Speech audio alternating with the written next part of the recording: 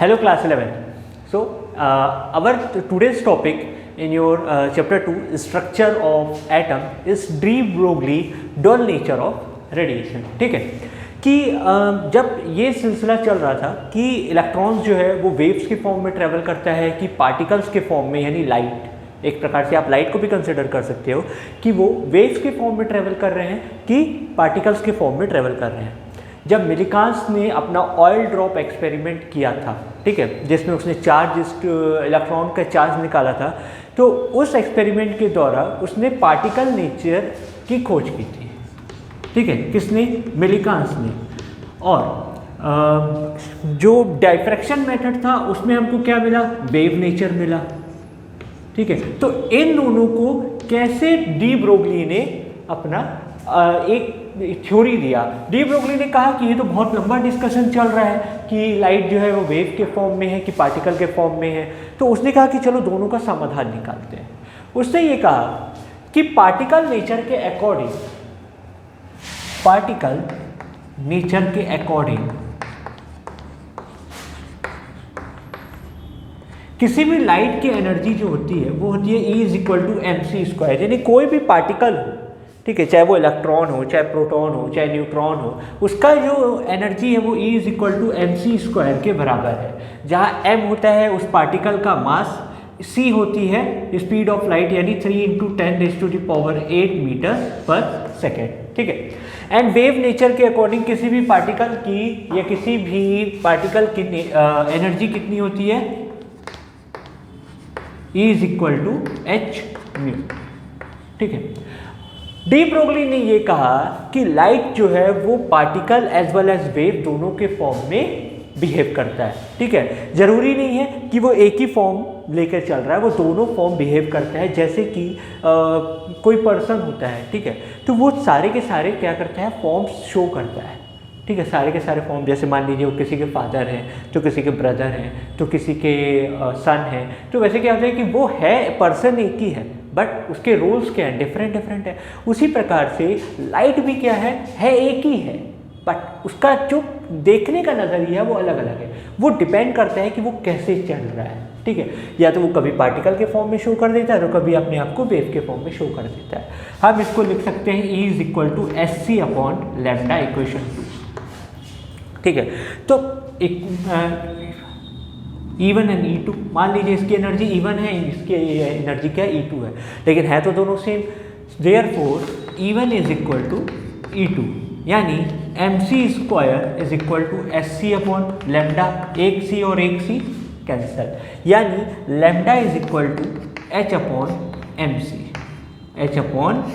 h/mc ये आ जाता है। ठीक है, ये तो था किसके लिए? इलेक्ट्रॉन्स के लिए, ये कोई लाइट के लिए है ना। लाइट जो ट्रेवल कर रहा है स्पीड ऑफ लाइट, लेकिन हर किसी के पास स्पीड ऑफ लाइट नहीं होती है ना, हर किसी की स्पीड क्या होती है? अलग अलग होती है, क्योंकि दुनिया में सबसे फास्टेस्ट चीज़ क्या है? लाइट। उसके बाद जो है आए, तो वहाँ पे किसी पार्टिकल की स्पीड क्या मानी जा सकती है? λ h/mv।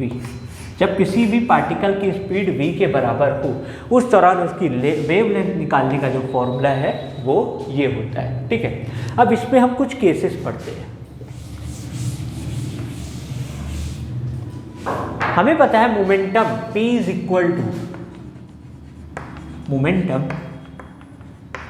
P जो होता है वो mv के बराबर होता है, मास इंटू वेलोसिटी। यानी मैं यहाँ पे λ क्या लिख सकता हूँ? h/p, यानी प्लैंक्स कांस्टेंट अपॉन आपका momentum.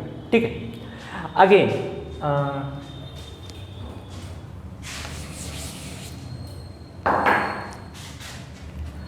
We know that kinetic energy = ½mv²।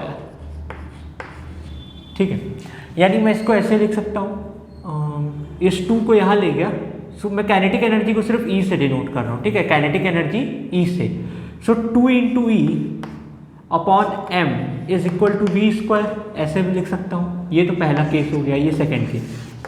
ठीक है, जहाँ पे ये E क्या है? Kinetic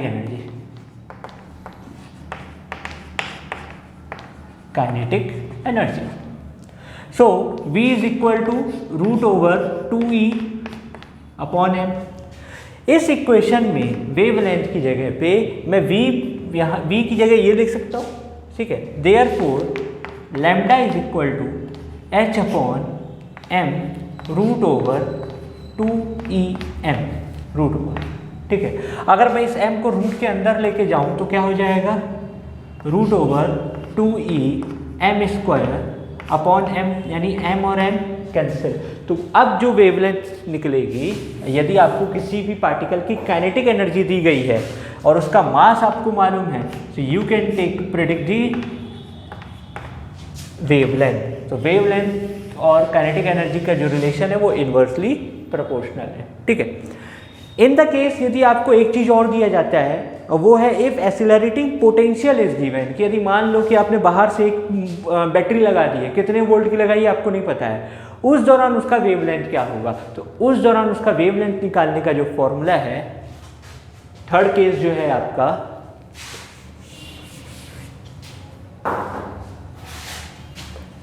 if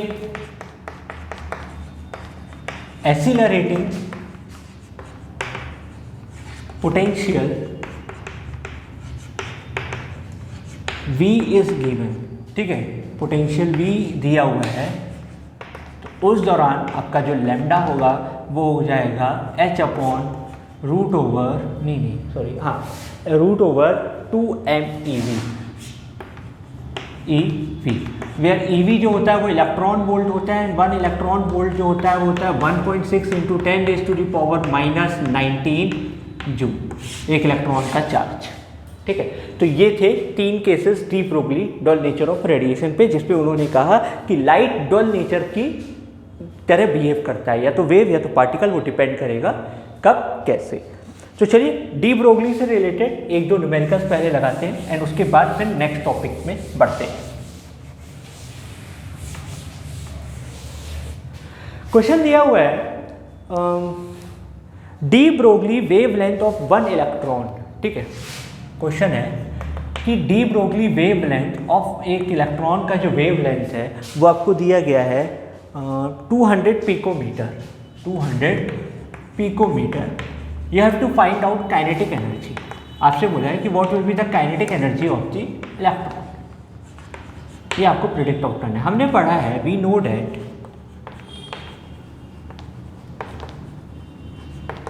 lambda is equal to h upon root over 2m E। यहाँ पे ये E क्या है, kinetic energy.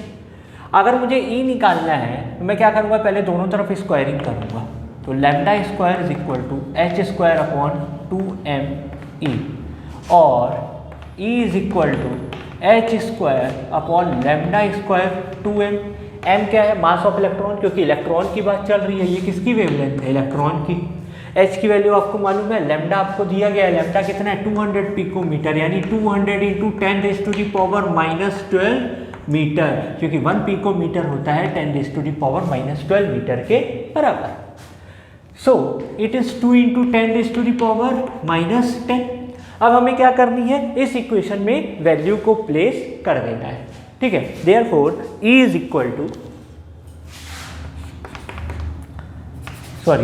E is equal to 6.626 into 10⁻⁻34 upon, अच्छा इसका होल स्क्वायर, लैम्डा का वैल्यू है 2 इंटू 10⁻⁻10 इसका whole square into 2 into m की वैल्यू होती है 9.01 इंटू 10⁻⁻31।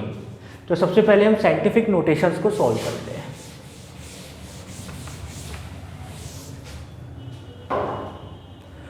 तो इसको लिख सकते हैं 6.626 का होल स्क्वायर एंड 10⁻⁻34 हो जाएगा -68 अपॉन, इसको 2 का स्क्वायर 4 इंटू 2 8 इंटू 10⁻⁻20, क्योंकि 10⁻⁻10 का स्क्वायर इतना हो जाएगा, इंटू 9.01 इंटू 10⁻⁻31।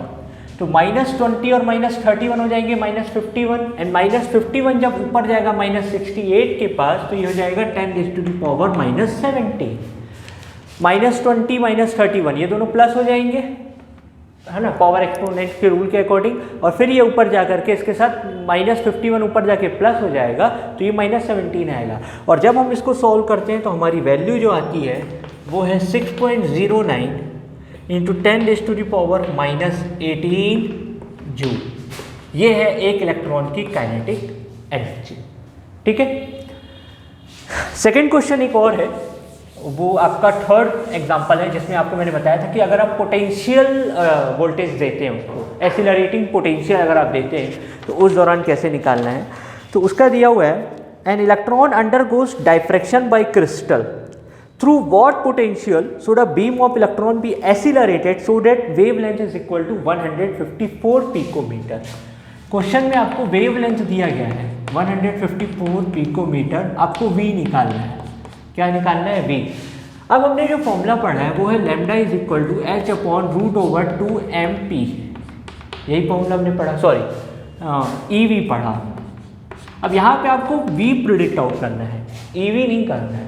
ठीक है, तो फॉर्मूला वही लगेगा जैसे अभी यहाँ दोनों तरफ स्क्वायरिंग कर दिया, लैम्डा स्क्वायर h²/2m EV, और EV इज इक्वल टू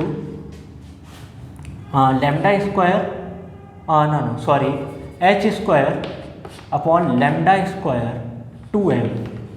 अब मुझे सिर्फ v निकालना है, तो v is equal to h²λ² 2me। ठीक, ये 154 पिकोमीटर दिया, यानी 154 इंटू 10⁻⁻12 मीटर। वैल्यू रख देते हैं हम सीधे 6.626 इंटू 10⁻34, इसका होल स्क्वायर अपॉन 154 इंटू 10⁻⁻12, इसका whole square into 2 into mass of electron 9.01 into 10⁻31 and charge of electron 1.6 into 10⁻19। तो फाइनली जब हम इसको सॉल्व करते हैं तो हमारा आंसर आता है 63.6 वोल्ट आंसर। इसको सॉल्व करके देखिएगा, आपका आंसर इतना आना चाहिए। ठीक है, साइंटिफिक नोटेशन कैसे सॉल्व करना है ये मैंने आपको लास्ट क्वेश्चन में बता दिया।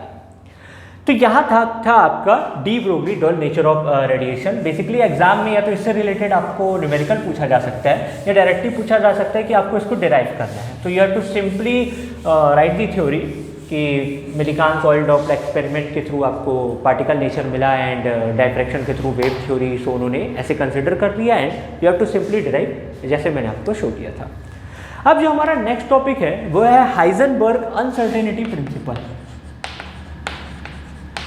Heisenberg uncertainty principle.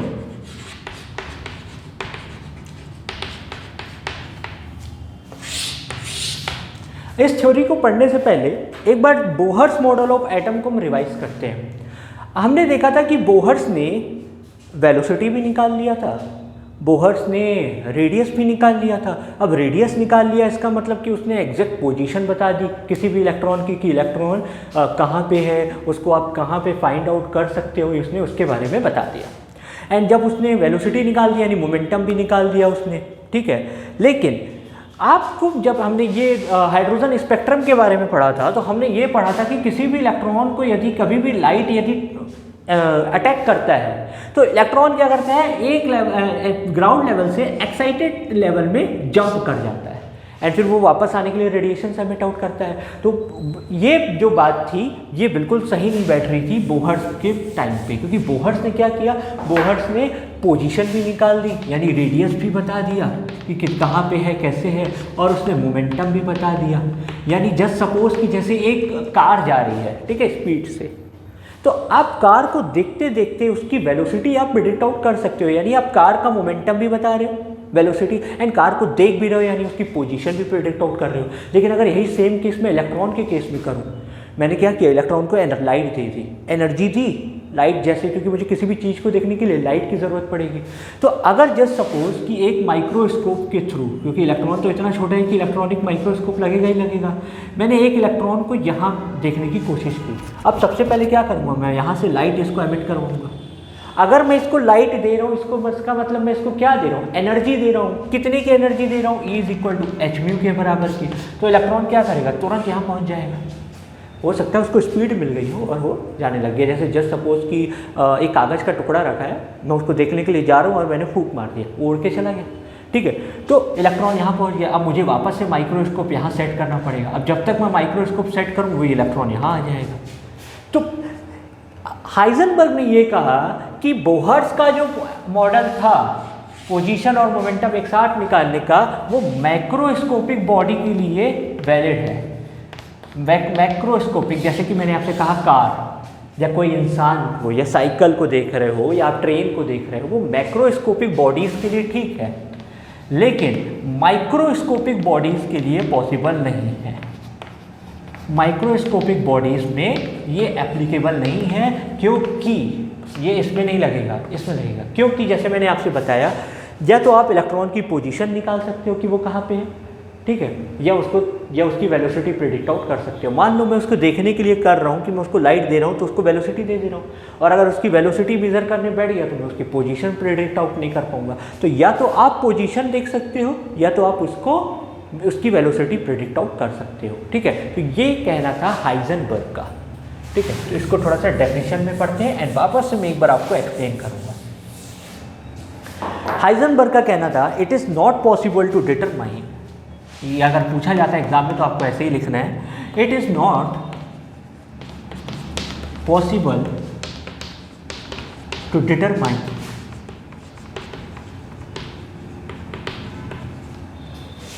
precisely both the position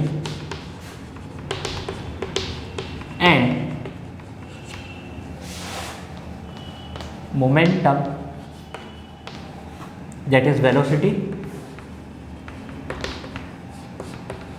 of a small moving particle, of a small moving particle. ठीक है, तो उन्होंने मैथमेटिकली ये कहा कि डेल्टा एक्स यानी एक्यूरेसी, डेल्टा यानी पार्शियल चेंज, ठीक है, और इनटू डेल्टा पी यानी चेंज इन मोमेंटम, ये है चेंज इन पोजीशन और ये है change in momentum, is always greater than और equal to H upon 4 pi, H upon 4 pi. और delta X into delta V, momentum क्या होता है, मास इंटू वेलोसिटी, मास तो कभी बदलेगा नहीं, बदलेगा क्या, velocity, is greater than equal to H upon 4 pi M. ठीक है, और जो मतलब इतनी तो मतलब ये क्या बोल सकते हो आप इसको, कि इतनी तो अनसर्टेनिटी आनी ही आनी है, यानी इतनी इनएक्यूरेसी आएगी ही आएगी, यानी जो मिनिमम एक्यूरेसी जो आपकी आएगी, मिनिमम अनसर्टेनिटी, कि जब कभी भी आप कोई चीज़ मेजर करने जा रहे हो तो कितनी गलतियां हो सकती है, क्या संभावना है उस गलती की, वो है आपकी delta X into delta V will always be equal to H upon 4 pi. यानी इसको पी अगर मैं लिख दूँ तो ये हमेशा इसके बराबर तो होगा ही होगा, बाकी इससे ज़्यादा हो वो हम कह नहीं सकते, लेकिन इससे कम कभी नहीं होगा। ये उनका कहना था कि कभी भी आप यदि पोजीशन और मोमेंटम एक साथ प्रेडिक्ट आउट करते हो तो ये delta X into delta we की वैल्यू हमेशा एच अपॉन 4 पाई के बड़ी या उसके बराबर होगी। ये था आपका हाइजेनबर्ग अनसर्टेनिटी प्रिंसिपल। एक बार फिर से, यदि आप किसी माइक्रोस्कोप के थ्रू इलेक्ट्रॉन की पोजीशन निकालने की कोशिश कर रहे हो और इलेक्ट्रॉन को लाइट दोगे देखने के लिए, तो इलेक्ट्रॉन तुरंत यहाँ से यहाँ चला जाएगा या एक लेवल से दूसरे लेवल में चला जाए। फिर आप जब तक आप माइक्रोस्कोप सेट कर रहे हो तो वो कहीं और चला जा रहा है, तो ना तो आप उसकी पोजीशन एक साथ देख सकते हो, ना ही उसकी वेलोसिटी देख सकते हो। नाउ एक लास्ट थिंग बस मुझे बताना था। डी ब्रोगली ने जब डॉल नेचर की स्टडी की थी तो उन्होंने ये कहा था कि जो इलेक्ट्रॉन जब राउंड करता है किसी भी सर्कुलर ऑर्बिट में, ठीक है, और मान लो जैसे ये वेव्स के फॉर्म में राउंड कर रहा है, ठीक, वेव्स के फॉर्म में, तो ये इसकी जो ये एक राउंड मार रहा है, एक कंप्लीट सर्कल, वो उसकी वेवलेंथ होती है। यानी जो एक कंप्लीट ऑर्बिट जब ये करता है वो उसकी वेवलेंथ होती है, वो क्या होती है, उसकी वेवलेंथ होती है। ठीक है, सो अब एक ऑर्बिट मान लीजिए आर रेडियस का है, तो यहाँ पे 2 पाई आर कितने के बराबर हो जाएगा, लैम्डा के बराबर। ठीक है, और हमने पढ़ा lambda is equal to H upon P, हमने यही पढ़ा, ठीक है, H upon P. So wait, हाँ सॉरी, तो lambda is equal to H upon P यानी एच अपॉन एम बी, ठीक है। सो अगर ये एन राउंड मारता है तो 2 पाई आर कितने के बराबर हो जाएगा, एन लैम्डा के बराबर, ठीक है ना, क्योंकि अगर ये मान लो एक राउंड मारता है तो उसकी वेवलेंथ के बराबर हो जाएगा, और अगर ये 8 टाइम्स ऑर्बिट करता है, एन टाइम्स ऑर्बिट कर रहा है तो एन लैम्डा हो जाएगा, ठीक है। लैम्डा की जगह ये लिख सकता हूँ, तो 2 pi R is equal to N H upon M B, या फिर इस 2 पाई को मैं यहाँ ले आऊँ और एम बी को यहाँ ले जाऊँ तो M B R is equal to N H upon 2 pi.